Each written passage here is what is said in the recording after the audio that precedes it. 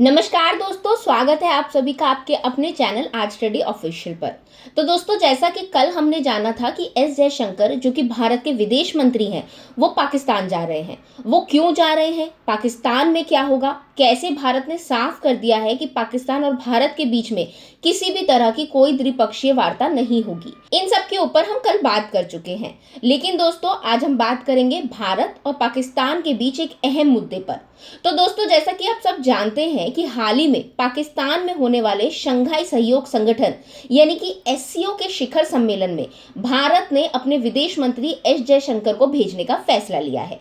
अब इस वीडियो में हम डिटेल से जानेंगे कि ये फैसला इंपॉर्टेंट क्यों है, क्यों इस सम्मेलन में एस जयशंकर को भेजने का डिसीजन लिया गया है, इससे भारत और पाकिस्तान के रिश्तों पर क्या असर हो सकता है और इस पूरी स्थिति को कैसे समझा जा सकता है। तो चलिए शुरू करते हैं। सबसे पहले एक नजर डालते हैं कि एससीओ क्या है और ये बैठक इंपॉर्टेंट क्यों है।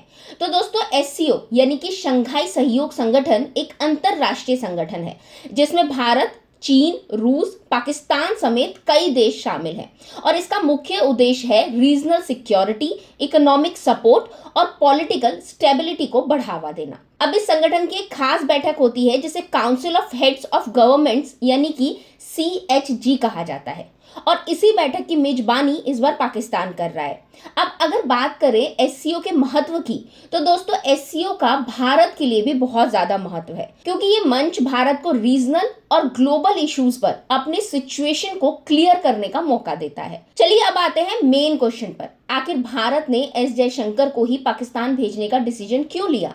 तो दोस्तों, आपको बता दूं कि पाकिस्तान ने प्रधानमंत्री नरेंद्र मोदी जी को इस शिखर सम्मेलन के लिए इनवाइट किया था, लेकिन भारत ने यह फैसला किया कि प्रधानमंत्री नरेंद्र मोदी जी की जगह पर विदेश मंत्री एस जयशंकर इस बैठक में भारत को रिप्रेजेंट करेंगे।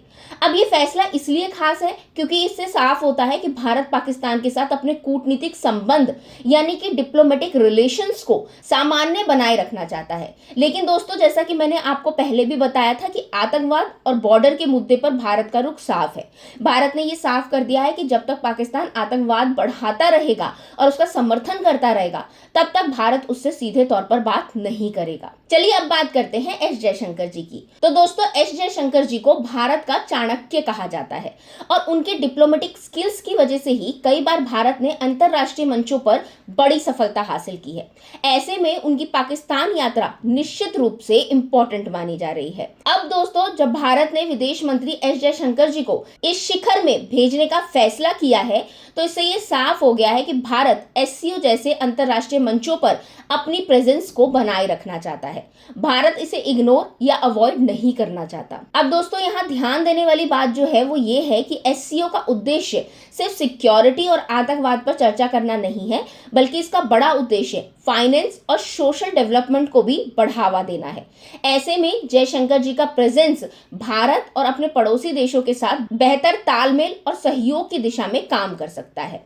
हालांकि दोस्तों, इस दौरान ये भी क्लियर कर दिया गया है कि जयशंकर जी की पाकिस्तान के प्रधानमंत्री शहबाज शरीफ या किसी दूसरे पाकिस्तानी मंत्री के साथ कोई भी ऑफिशियल मुलाकात नहीं होगी। अब ये इसलिए भी इंपॉर्टेंट है क्योंकि इससे ये साफ संकेत मिलता है कि भारत पाकिस्तान के साथ सिर्फ जरूरी कूटनीतिक संवाद के लिए ही तैयार है, लेकिन वो द्विपक्षीय संबंधों पर अभी कोई खास चर्चा नहीं चाहता। दोस्तों, आपको बता दूं कि भारत लंबे समय से कहता आया है कि पाकिस्तान आतंकवाद का समर्थन देना बंद करे।